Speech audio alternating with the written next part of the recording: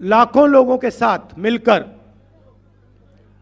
कन्याकुमारी से लेकर कश्मीर तक पैदल गया।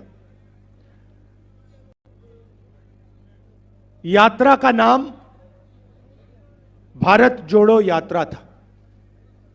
हमारा लक्ष्य, जो बीजेपी ने नफरत फैलाई है, हिंसा फैलाते हैं, उसके खिलाफ खड़े होने का था। सब लोग, ये देश जानता है कि हिंदुस्तान नफरत का देश नहीं है, मोहब्बत, भाईचारा और इज्जत का देश है। इसीलिए हमने यात्रा में नारा दिया, नफरत के बाजार में हमें मोहब्बत की दुकान खोलनी है। अब सवाल उठता है कि देश में बीजेपी नफरत क्यों फैलाती है, हिंसा क्यों फैलाती है, डर क्यों फैलाती है। भाइयों और बहनों, मैं आपको आज भाषण में दो बातें बताना चाहता हूं। नफरत का कारण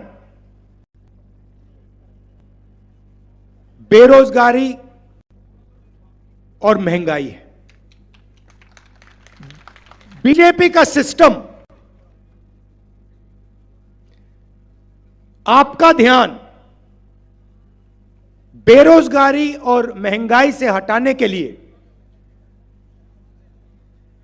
नफरत पे ले जाता है। बीजेपी का लक्ष्य, आरएसएस का लक्ष्य कि हिंदुस्तान के गरीब लोगों को, मजदूरों को, किसानों को, छोटे व्यापारियों को, आदिवासियों को, दलितों को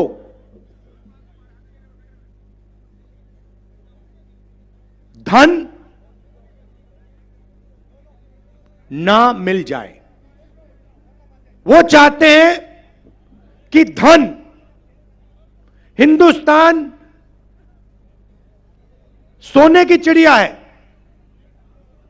वो चाहते हैं कि इस सोने की चिड़िया का पूरा धन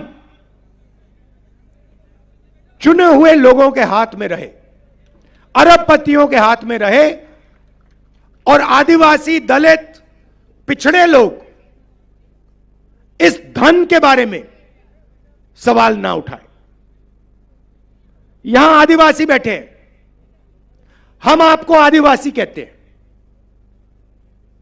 वो आपको वनवासी कहते हैं। आदिवासी और वनवासी शब्द में क्या फर्क है? आदिवासी का मतलब वो लोग जो हिंदुस्तान के, इस धरती के, भारत माता के पहले मालिक थे। बात समझिए, बात समझिए। इस देश में जो भी जमीन है, जो भी जल है, जो भी जंगल है, वो सबसे पहले आदिवासियों का हुआ करता था। अब इस शब्द के अंदर बहुत कुछ छुपा हुआ है। अगर हम आपको आदिवासी कहते हैं और अगर हम इस बात को मानते हैं कि आप इस देश के पहले मालिक हो, तो हमें आपको जमीन का, जल का, जंगल का अधिकार देना पड़ेगा। बीजेपी ने नया शब्द निकाला, धूमधाम करके, ढोल बजा के आपको कहते हैं आप आदिवासी नहीं हो, आप वनवासी हो। वनवासी का मतलब वो लोग जो जंगल में रहते हैं। भाई और बहनों, वनवासी के कोई अधिकार नहीं है। वनवासी का मतलब आप तो जंगल में रहते हो, आपको जमीन का अधिकार थोड़ी हो सकता है। आपको जल का अधिकार, जंगल का अधिकार थोड़ी हो सकता है। आप तो जंगल में रहते हो, आप तो जानवर जैसे हो। वनवासी के ये मतलब है। मैं आपसे पूछना चाहता हूं, आपने किसी बीजेपी के नेता को किसी जानवर पर, किसी कुत्ते पर पेशाब करते हुए देखा है? कभी नहीं देखा। मगर आपने बीजेपी के एमएलए को मध्य प्रदेश में एक आदिवासी युवा के ऊपर पेशाब करते हुए देखा है। यह इनकी सोच है। आपको कहते हैं हिंदी सीखो, अंग्रेजी मत सीख लेना। मगर अगर आप बीजेपी के किसी भी नेता से पूछो, भैया आप कहते हो कि हमें अंग्रेजी नहीं सीखना, आपके बच्चे कौन से स्कूल में पढ़ते हैं? English medium. सारे के सारे बीजेपी के बच्चे, अमित शाह के बेटे, राजनाथ सिंह के बेटे, सारे के सारे इंग्लिश मीडियम में पढ़ते हैं। क्यों? क्योंकि उनको मालूम है सबसे अच्छी नौकरियां call centre, IT, software, engineering, सबसे अच्छी नौकरियों के लिए आपको अंग्रेजी बोलनी पड़ेगी। और वो चाहते हैं कि आदिवासी जंगल में रहें, बीजेपी के एमएलए उन पर पेशाब करें, वीडियो वायरल करें, और आदिवासी युवा ना पढ़ें, ना लिखें, ना अंग्रेजी बोलें। मैं चाहता हूं कि आदिवासी युवा अगर पायलट बनना चाहता है, अमेरिका में हवाई जहाज में जाना चाहता है, उसका हक बनता है। लॉयर बनना चाहता है, इंजीनियर बनना चाहता है, डॉक्टर बनना चाहता है, आप असली मालिक हो इस जमीन के, हक बनता है। कांग्रेस पार्टी पैसा कानून लाई, जमीन अधिकरण बिल लाई, ट्राइबल बिल लाई, मनरेगा लाई, आपके अधिकारों की रक्षा करने के लिए, आपको अपना अधिकार देने के लिए। बीजेपी ने पैसा कानून रद्द कर दिया, जमीन अधिकरण बिल रद्द कर दिया, और आप पर पेशाब करके कहते हैं भैया आप लोग वनवासी हो। पहले हर भाषण में नरेंद्र मोदी आदिवासियों को वनवासी कहता था। उसके भाषण देख लीजिए, आप वनवासी हो। जैसे ही मैंने यह बात बोली कि वनवासी में और आदिवासी में फर्क है, और नरेंद्र मोदी खबरदार आपने वनवासी शब्द का प्रयोग किया, उसके बाद नरेंद्र मोदी ने वनवासी बंद कर दिया। मैं आपको बता रहा हूं, जब तक कांग्रेस पार्टी है तब तक आदिवासियों की अधिकारों की हम रक्षा करेंगे। आपके साथ खड़े होके आपके बच्चों को शिक्षा दिलवाएंगे, फ्री में स्वास्थ्य दिलवाएंगे, मुफ्त में स्वास्थ्य दिलवाएंगे, और आपका जो जमीन पर, जंगल पर, जल पर हक बनता है वो आपको दिलवाएंगे। तो ये हुई बात आदिवासियों की। अब चलिए पिछड़ों की बात करते हैं। देश में कम से कम 50% पिछड़े लोग हैं। ऑफिशियल रिकॉर्ड नहीं है, मगर लोग जानते हैं कि कम से कम 50% आबादी पिछड़ों की है। जिस दिन मैंने कहा, पार्लियामेंट हाउस में मैंने भाषण दिया और मैंने कहा कि देखिए, अगर हम पिछड़ों को, आदिवासियों को, दलितों को, गरीब जनरल कास्ट के लोगों को भागीदारी देना चाहते हैं,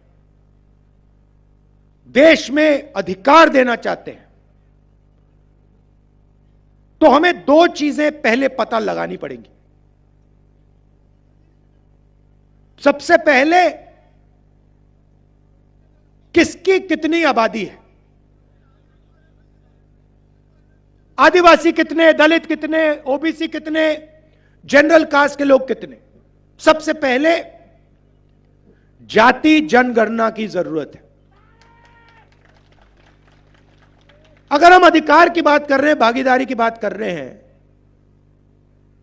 तो कितने लोग कौन सी जात के, कौन से समाज के हैं, वो तो पता लगाना ही पड़ेगा। इसको हम जाति जनगणना कहते हैं। और दूसरा सवाल, हिंदुस्तान का जो धन है, सोने की चिड़िया का धन है, उसका कितना भाग आदिवासियों के पास है, कितना जनरल कास्ट के पास, कितना ओबीसी के पास, कितना दलितों के पास, यह पता लगाना पड़ेगा। इसके बिना देश आगे जा ही नहीं सकता। इसके बिना भागीदारी की बात करना बिल्कुल खोखला है। अगर हमें यह नहीं मालूम कि कितना धन किसके पास है और किसकी कितनी आबादी है, तो भागीदारी की बात कैसे करेंगे। तो मैंने पार्लियामेंट में साफ कहा कि भैया, पहला कदम देश का एक्सरे करना है। जैसे किसी को चोट लगती है, डॉक्टर के पास जाते हैं, कहते भैया एक्सरे कराओ, टांग टूटी नहीं टूटी, हाथ टूटा नहीं टूटा। अब लोगों को दर्द हो रहा है, देश में आदिवासियों को, दलितों को, पिछड़ों को दर्द हो रहा है, लोगों को समझ नहीं आ रही बात, दर्द क्यों हो रहा है। इसलिए जाति जनगणना देश का एक्सरे है, यह पहला कदम है। अब मैंने यह पार्लियामेंट में बोला, नरेंद्र मोदी जी, जाति जनगणना करिए। यूपीए के समय हमने आंकड़े निकाले थे, देश को दिखा दीजिए। उस दिन के बाद नरेंद्र मोदी जी के भाषण बिल्कुल बदल गए। पहले यहां राजस्थान में आते थे, मध्य प्रदेश में जाते थे, छत्तीसगढ़ में जाते थे, कहते थे मैं ओबीसी हूं, मैं ओबीसी हूं। हर भाषण में 10-15 बार मैं ओबीसी हूं, मैं ओबीसी हूं। जिस दिन मैंने जाति जनगणना की बात की, जिस दिन मैंने कहा कि ओबीसी की आबादी कितनी है, उस दिन के बाद नरेंद्र मोदी कहते हैं, भाइयों और बहनों, हिंदुस्तान में एक ही जात है, गरीब। हिंदुस्तान में ना ओबीसी, ना आदिवासी, ना दलित, सिर्फ एक जात, गरीब। एक बात उन्होंने नहीं कही कि अगर एक जात गरीब है तो दूसरी जात अरबपतियों की भी है, अदानी अंबानी की है, उनकी स्पेशल जात है। ओबीसी शब्द भूल गए। चुनाव लड़ना है तो मैं ओबीसी, भागीदारी देनी है तो एक ही जात, गरीब। अब मैं आपको आंकड़े देता हूं और इनको आप अच्छी तरह सुनिए, क्योंकि इससे आपको पूरा का पूरा हिंदुस्तान और आपसे कैसे और कितनी चोरी हो रही है वो समझ आ जाएगी। अब अच्छी तरह सुनिए। देश को एमएलए और एमपी नहीं चलाते। आप किसी भी बच्चे से पूछ लो, बेटा क्या करना चाहते हो, वो आपको कहेगा मैं आईएएस में जाना चाहता हूं, मैं आईएएस का अफसर बनना चाहता हूं। सही है गलत? सही। देश को आईएएस अफसर चलाते हैं और हिंदुस्तान की सरकार को 90 आईएएस अफसर चलाते हैं। पूरा का पूरा बजट जो होता है, पैसा होता है हिंदुस्तान का, सोने की चिड़िया का पूरा पैसा जो आता है, इसको ये 90 लोग बांटते हैं। अब सवाल उठता है कि 90 में से आदिवासी कितने, दलित कितने और ओबीसी कितने? अगर हम कहते हैं कि आदिवासियों की भागीदारी है, दलितों की भागीदारी है, पिछड़ों की भागीदारी है, तो इन 90 लोगों में से आबादी जितने अफसर हर जात के होने चाहिए। सही? अब मजे की बात सुनिए, 90 में से 3 अफसर पिछड़ी जात के हैं। मतलब पिछड़ों की आबादी 50%, मतलब कम से कम 45 होने चाहिए, और हैं कितने? 3। अच्छा, अगर 3 अफसरों के हाथ में बड़े बड़े मंत्रालय होते तो अलग बात, मगर ये जो 3 ओबीसी अफसर हैं एक कोने में बैठे रहते हैं। इनका बजट पर कोई कंट्रोल नहीं। अगर हिंदुस्तान की सरकार 100 रुपए खर्च करती है तो पिछड़े अफसर 5 रुपए पर निर्णय लेते हैं। तो नरेंद्र मोदी के ये जो शब्द हैं कि ओबीसी सरकारी खोखले हैं, और वो जाति जनगणना इसलिए नहीं कराना चाहते कि देश के ओबीसी को पता लग जाए, देश के युवाओं को पता लग जाए कि भैया हमारी आबादी तो 50% है। आबादी 50% और अफसर 3, 90 अफसर पूरा का पूरा बजट बांटते हैं। राजस्थान को कितना पैसा मिलता है, स्वास्थ्य में कितना जाता है, शिक्षा में कितना जाता है, आर्मी में कितना जाता है, ये 90 लोग तय करते हैं दिल्ली में। इसमें से 3 ओबीसी। कैसे हुई ओबीसी की सरकार? अब यहां जो पिछड़े युवा हैं, आपके दिल में थोड़ा गुस्सा आया होगा, ये तो हमारा बेवकूफ बना रहे हैं। मगर ठहरिए, क्योंकि मैं अभी आदिवासियों की बात करना चाहता हूं। पिछड़े हैं 3,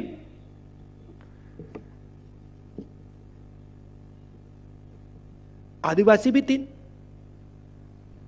मगर फर्क क्या है? जहां 100 रुपए में से पिछड़े 5 रुपए का निर्णय लेते हैं, 100 रुपए में से हमारे आदिवासी भाई बहन 10 पैसे का निर्णय लेते हैं।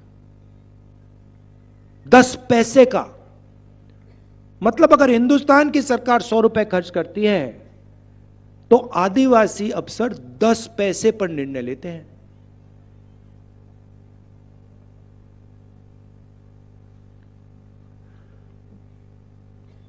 उनके स्कीम की बात करता हूं, नरेंद्र मोदी की स्कीम की बात करता हूं। फसल बीमा योजना। फसल बीमा योजना में क्या है, मैं साफ समझा देता हूं आपको। पैसा आता है जीएसटी से। आदिवासी भाई, दलित भाई, पिछड़े लोग, गरीब, जनरल कास्ट के लोग 1 लीटर पेट्रोल खरीदते हैं, उतनी ही जीएसटी देते हैं जितनी अदानी देता है। अदानी अरबपति, मगर अगर अदानी 1 लीटर पेट्रोल खरीदे और हिंदुस्तान का सबसे गरीब व्यक्ति 1 लीटर पेट्रोल खरीदे तो जीएसटी एक जैसी जाती है। आप शर्ट पहने हो, सफेद शर्ट पहने हो, अगर अदानी जी ये शर्ट खरीदे और अगर आप ये शर्ट खरीदो, जीएसटी एक जैसी जाएगी। वो अरबपति है। जीएसटी एक, तो जीएसटी से पैसा आता है। किसका पैसा है? 50% पिछड़ों का, तकरीबन 15% दलितों का, तकरीबन 12% आदिवासियों का। तो फसल बीमा योजना आपको समझा देता हूं। फसल बीमा योजना में 35,000 करोड़ लगते हैं। 20,000 करोड़ दिल्ली की सरकार देती है जीएसटी से, 10,000 करोड़ स्टेट की सरकार देती है जीएसटी से, 5,000 करोड़ हमारा किसान जो हमारी देश की रीढ़ की हड्डी है वो देता है। 35,000 हो गए। अब नरेंद्र मोदी की सरकार 35,000 करोड़ उठा के 16 कंपनियों के हाथ में पकड़ा देती है। उस कंपनी में आपको एक ओबीसी नहीं मिलेगा, एक दलित नहीं मिलेगा, एक आदिवासी नहीं मिलेगा। तो आपके जीएसटी के पैसे जेब से निकले, 35,000 करोड़ रुपए 16 कंपनी के जेब में गए से। अब आपके खेत में नुकसान होता है, ओला गिर जाता है, तूफान आ जाता है, हमारे पिछड़े आदिवासी दलित किसान, गरीब जनरल कास्ट के किसान फोन लगाते हैं कंपनी को, कहते भैया हमने पैसे दिए थे, हमारा जीएसटी का पैसा गया, हमारा खेत का नुकसान हो गया। कहते भैया तुम्हें हम पैसे नहीं देने वाले। पूछ लो किसानों से। जब किसानों का खेत नष्ट होता है, महीनों के लिए ये ईमेल और टेलीफोन करते रहते हैं, इनको पैसा नहीं मिलता, बहाने बनाते हैं। तो 35,000 करोड़ रुपए आपके 16 कंपनी के हाथ में, और जब आपको पैसे की जरूरत पड़ी तो कंपनी कहती है नहीं मिलेगा। आपका खेत खराब ही नहीं हुआ, ओला ही नहीं गिरा, तूफान ही नहीं आया। कभी आपने किसी किसान को टीवी पे देखा है? कभी आपने किसी मजदूर को टीवी पे देखा है? नहीं।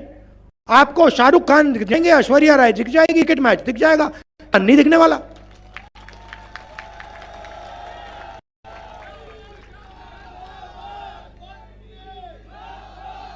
उधर मजदूर फंसे हुए हैं उत्तराखंड में, मजदूर फंसे हुए हैं उत्तराखंड में, जमीन के नीचे धसे हुए हैं। 24 घंटा मीडिया क्रिकेट की बात कर रही है, अच्छी बात है, 2 मिनट उनको भी दे दो, 2 मिनट हमारे मजदूरों को भी दे दो। तो मेरा कहना है, मीडिया में नरेंद्र मोदी का 24 घंटे चेहरा आता है। क्यों आता है? टीआरपी बढ़ती है। क्यों बढ़ती है? क्योंकि नरेंद्र मोदी जी इनका काम करते हैं, अदानी का काम करते हैं। अदानी, अंबानी और नरेंद्र मोदी जी बहुत अच्छा सौदा है। नरेंद्र मोदी जी जीएसटी का पैसा उधर भेजते हैं और वो नरेंद्र मोदी का चेहरा इधर दिखाते हैं। तो ये फर्क है भाई और बहनों। अब मैंने साफ कहा है, राजस्थान में हमारी सरकार आएगी, जाति जनगणना तो हम यहां पे शुरू कर देंगे। और दिल्ली में आएगी तो पूरा देश का हम जाति जनगणना कर देंगे। पिछड़ों को, दलितों को, आदिवासियों को साफ बता देंगे भैया आपकी आबादी कितनी है, दूध का दूध, पानी का पानी कर देंगे।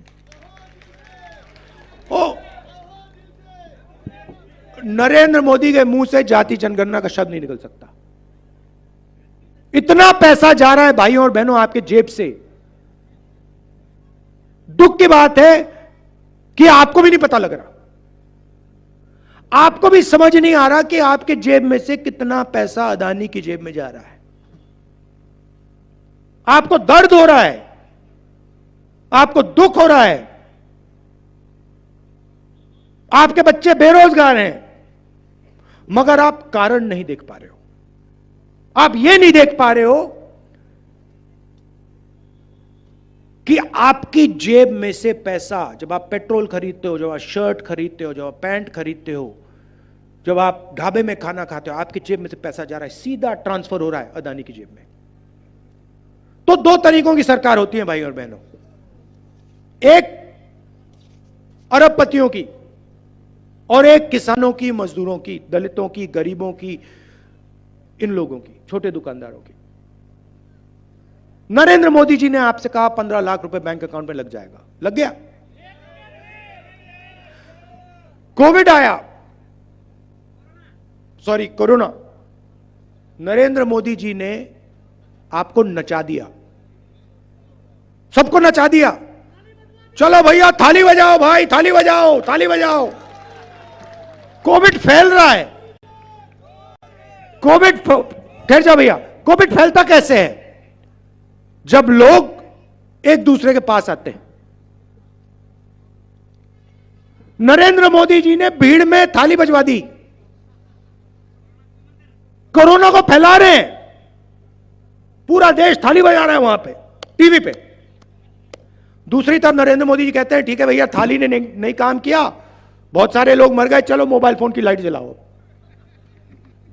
सच्चाई है, आप हंस रहे हो, सच्चाई है। मतलब ड्रामा है। आपका ध्यान कभी उधर जाएगा, कभी इधर जाएगा। जेब कतरा क्या करता है? जेब कतरा भैया पहले आपका ध्यान उधर करता है, भैया उधर देख, वो आपका ध्यान उधर करता है, दूसरी साइड से बंदा आके जेब काट देता है। तो नरेंद्र मोदी जी का काम आपका ध्यान इधर उधर करने का है, पीछे से अदानी जेब काट देता है। टीम है। आप लोग क्या करते हो भैया? आपको कहते हैं भैया हिंदू मुस्लिम, हिंदू मुस्लिम, आप कहते हिंदू मुस्लिम, पीछे से अदानी ने जेब काट ली। आपको कहते हैं देखो ऐश्वर्या राय नाच रही है, पीछे से जेब काट दी। कहते देखो भैया क्रिकेट चल रहा है, पीछे से जेब काट दी। वो देखो भैया शाहरुख डांस कर रहा है, वो जेब काट दी। ये हो रहा है। मैं आपको बता रहा हूं, पैसा आपका है, उस पर हक आपका बनता है। एकत्रित हो लो, एक साथ खड़े हो लो, सारा का सारा पैसा मिल जाएगा। अब देखिए राजस्थान में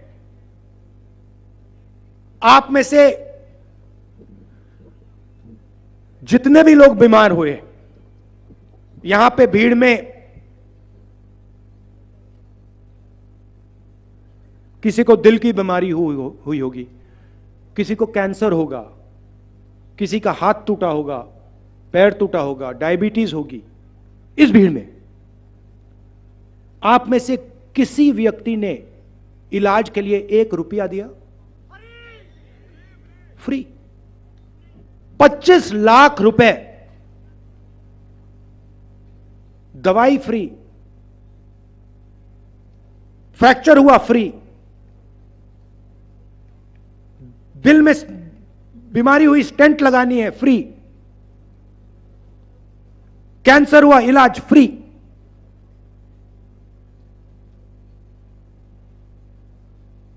%50 फायदा पिछड़ों को,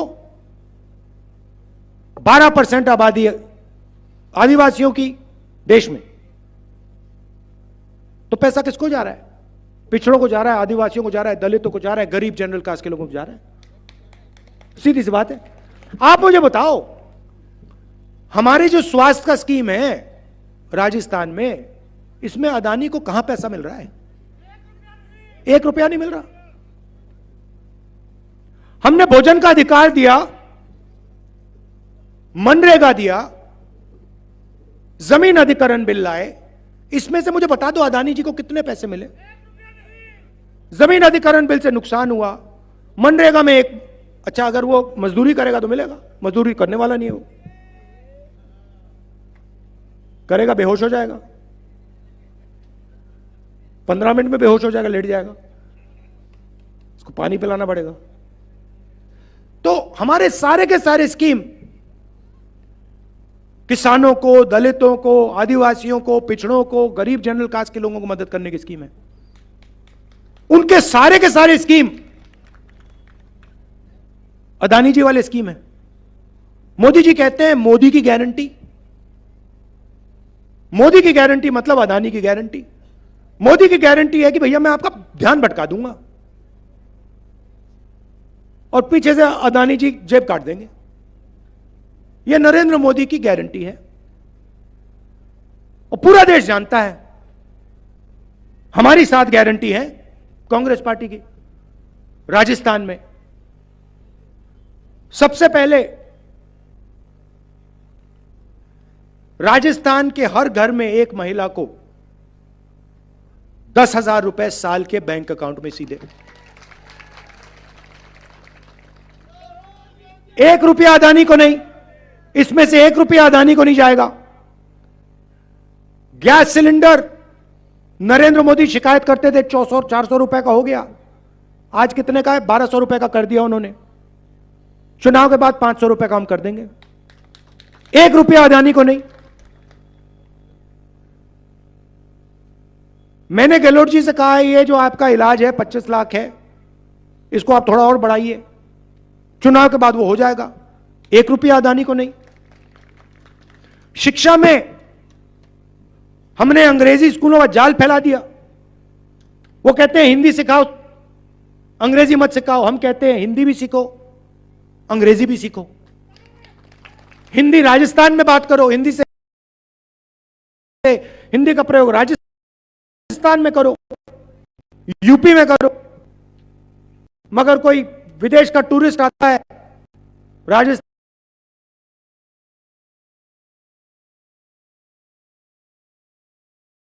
में, तो उसमें उससे अंग्रेजी से बात करो। व्यापार करो, बिजनेस खोलो। 2 हिंदुस्तान नहीं चाहिए हमें। इसलिए हमने इंग्लिश मीडियम स्कूल, हर स्टूडेंट के लिए हम इंग्लिश मीडियम स्कूल खोलने जा रहे हैं राजस्थान में। और फ्री में हम गवर्नमेंट कॉलेज में लैपटॉप देते हैं। नरेंद्र मोदी जी ने सरकारी ऑफिसर्स का ओपीएस बंद कर दिया। ओल्ड पेंशन स्कीम जो था, हमने फिर से लागू कर दिया। उसमें से 1 रुपया अदानी को नहीं जाता। अग्निवीर जैसे स्कीम लाते हैं अदानी को फायदा पहुंचाने के लिए। हमारे युवा सुबह उठते हैं 4 बजे, देश की रक्षा करने के लिए उठते हैं। लाखों युवा उठते थे, वर्जिश करते थे आर्मी का टेस्ट पास करने के लिए।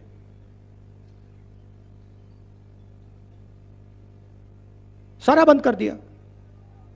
क्यों बंद किया? अदानी को जितने हथियार बेचने हो वो सही है, पूरा का पूरा डिफेंस सेक्टर अदानी के हाथ में, वो सही है। मगर अगर हमारे पिछड़े युवा, दलित युवा, आदिवासी युवा देश की रक्षा करना चाहते हैं तो वो अलाउ नहीं है, वो नहीं हो सकता। हम तो अग्निवीर स्कीम चलाएंगे। हर भाषण में नरेंद्र मोदी कहते हैं अग्निवीर का फायदा है। क्या फायदा है? नुकसान है, गरीब युवाओं का नुकसान है, अदानी का फायदा है। तो हर स्कीम में वो अरबपतियों की मदद करते हैं, हर स्कीम में हम गरीबों की, किसानों की, मजदूरों की मदद करते हैं। यह फर्क है। अब याद रखिए, हमने जो भी किया है, बीजेपी की सरकार आई वो सारा का सारा उठा के ले जाएंगे। 25 लाख रुपए जो आपका स्वास्थ्य में हम देते हैं वो सारा अदानी को जाएगा। ओपीएस स्कीम गायब हो जाएगा, अंग्रेजी स्कूल बंद हो जाएंगे, किसान का कर्जा माफ नहीं होगा। सारा का सारा फायदा 2-3 लोगों को जाएगा। निर्णय आपको लेना है। कांग्रेस पार्टी को जिताइए। गरीबों की, पिछड़ों की, दलितों की, आदिवासियों की, गरीब लोगों की सरकार बनाइए, छोटे दुकानदारों की सरकार बनाइए। आप सब आए, इतने प्यार से आपने मेरी बात सुनी, दिल से आपका धन्यवाद करता हूं। नमस्कार, जय हिंद।